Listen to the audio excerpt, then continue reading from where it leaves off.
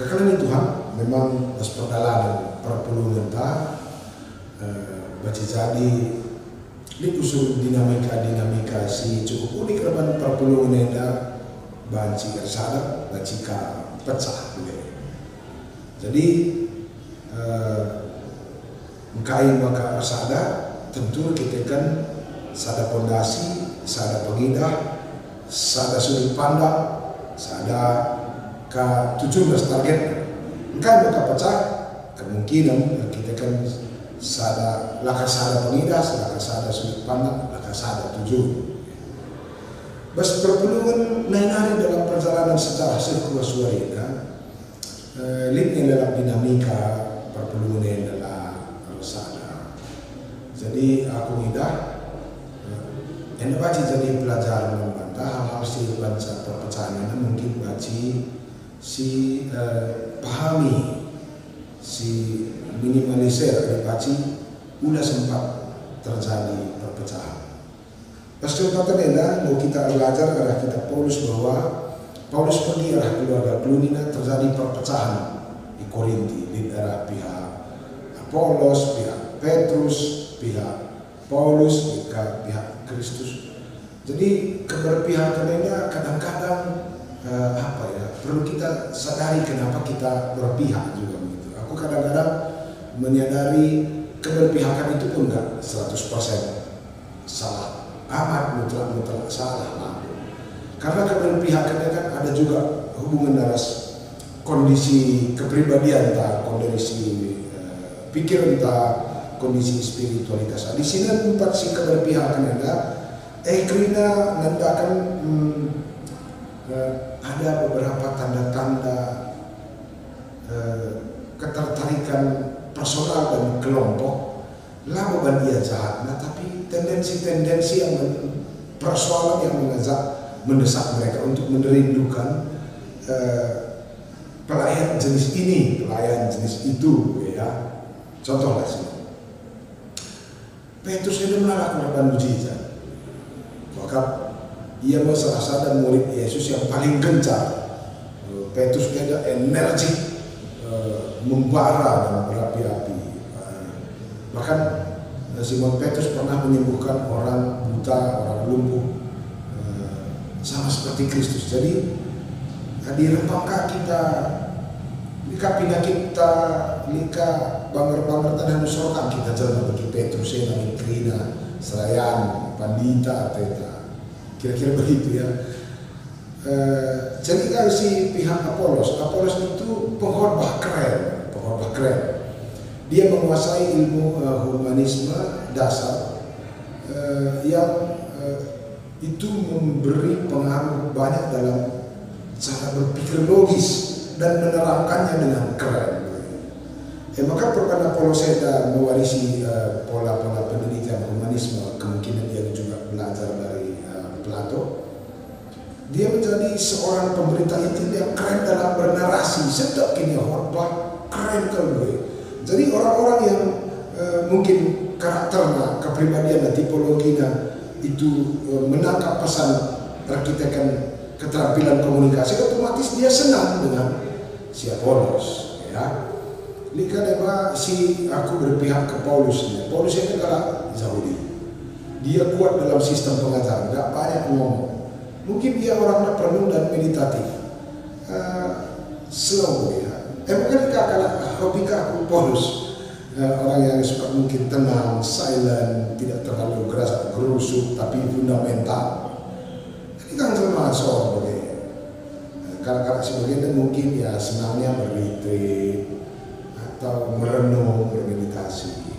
Dikatakan senang gaya Tuhan Yesus Kristus, mengajar dengan penuh kuasa, traveling sana sini, mereka muridnya dia menyembuhkan, dia mengampuni dan sebagainya.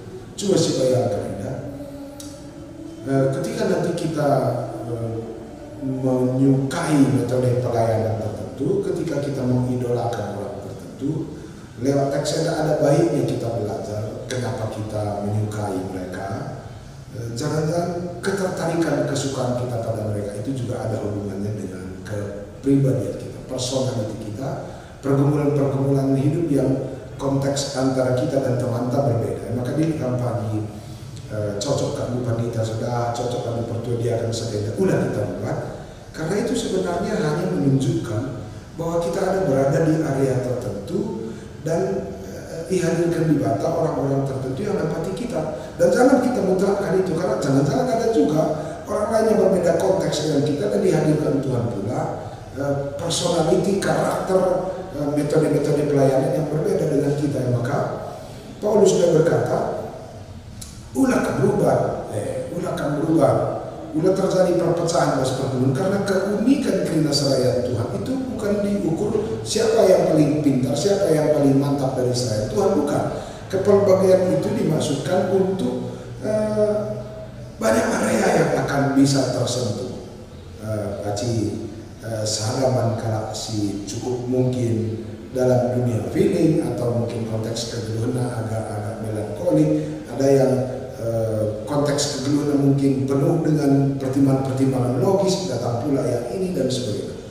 Maka ya kami warina menjadi keleda jadi pemahaman mata kita perpelungan GBKP berbagai pelayan Tuhan di GBKP janah baca jadi jenis-jenis atau karakter pelayan cocok membantu, tapi bukan karena cocok membantah itu maka yang lain itu tidak beres gitu ya. Yang lain itu pun beres karena dia juga dipanggil oleh Tuhan sebagai pelayan sejak rahim ibunya untuk konteks-konteks yang akan berguna, spesifik juga untuk kepada yang lain.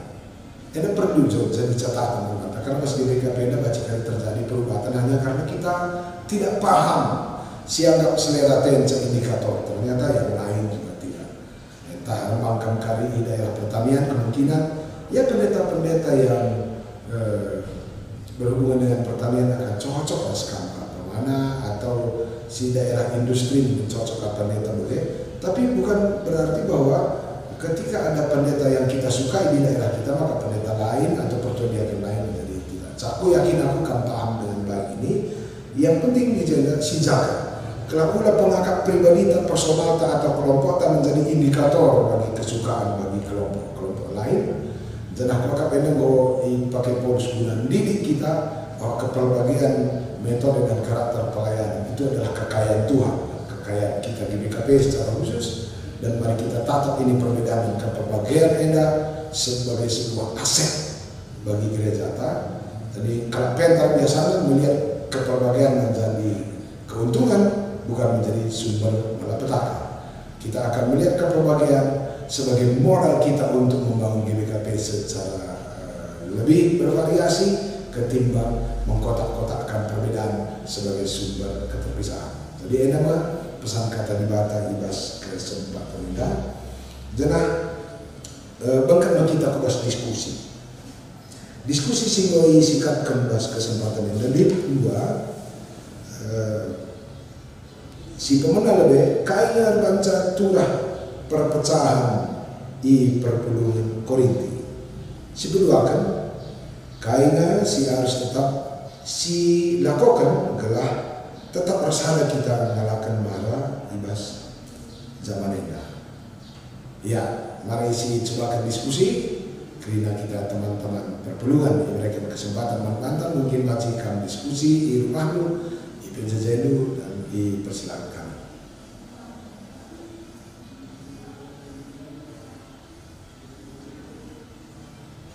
Ya, kekeliruan Tuhan. Kencang kita diskusi mas keluarga ta atau mas kelompok ta. Bunjur dengan Tuhan kita membaca sahabatina kita untuk saling melengkapi. Jangan kesempatan eda. Iulih kami ke topik diskusi, irangkum kami sitik ulih diskusi tanai si pemenang. Kaya baca turah perpecahan ibas perpuluhan Korinti. Jadi suara simbol sejak kita lebih perpecahan itu terjadi karena kita sering kurang menyadari apa yang diizinkan Tuhan hadir di tengah-tengah kita ya. Kalau kita sadar bahwa semua kepelbagian itu pemberian Tuhan, wah, itu jadi aset itu satu. Jadi pertama perlu kita sadar, kedua kan kita pun perlu juga menyadari kenapa kita memiliki ketertarikan jenis tertentu. Aku suka ini, suka ini. Jangan-jangan itu pun menjadi bagian yang cukup baik untuk kita sadari, gelakari rasa tertarik kita atau kesukaan kita pada metode-metode pelayanan tertentu tidak menjadi sumber keterpisahan kita dengan orang-orang yang memiliki ketertarikan pada metode-metode pelayanan tertentu. Ini penting kali. Di situs Lukas ayat 2, kahinda perlu sifatnya, kahinda perlu. Kuakap arah PJJ-nya kalau tidak salah ya, membuka wawasan kita tentang makna kepelbagaian. Jangan yang kita perlu mengamati lebih jauh apa kepelbagaian yang ada. Baca sudah terdaftarkan. Lalu mencoba melihat kepelbagaian itu dan memetakannya. Oh, bagus juga ini kalau ini nanti berbicara pada kondisi sadena atau baca telah kami bergiliran seraian antar sektor. Pasti cocok. Ia nanti berbicara tentang dunia pendidikan, kita undang sekali di sektor kita. Atau kita melihat pendeta Sianu atau pertanian sana cocok juga kita panggil ke sektor kita, mungkin dia ahli entrepreneur ya.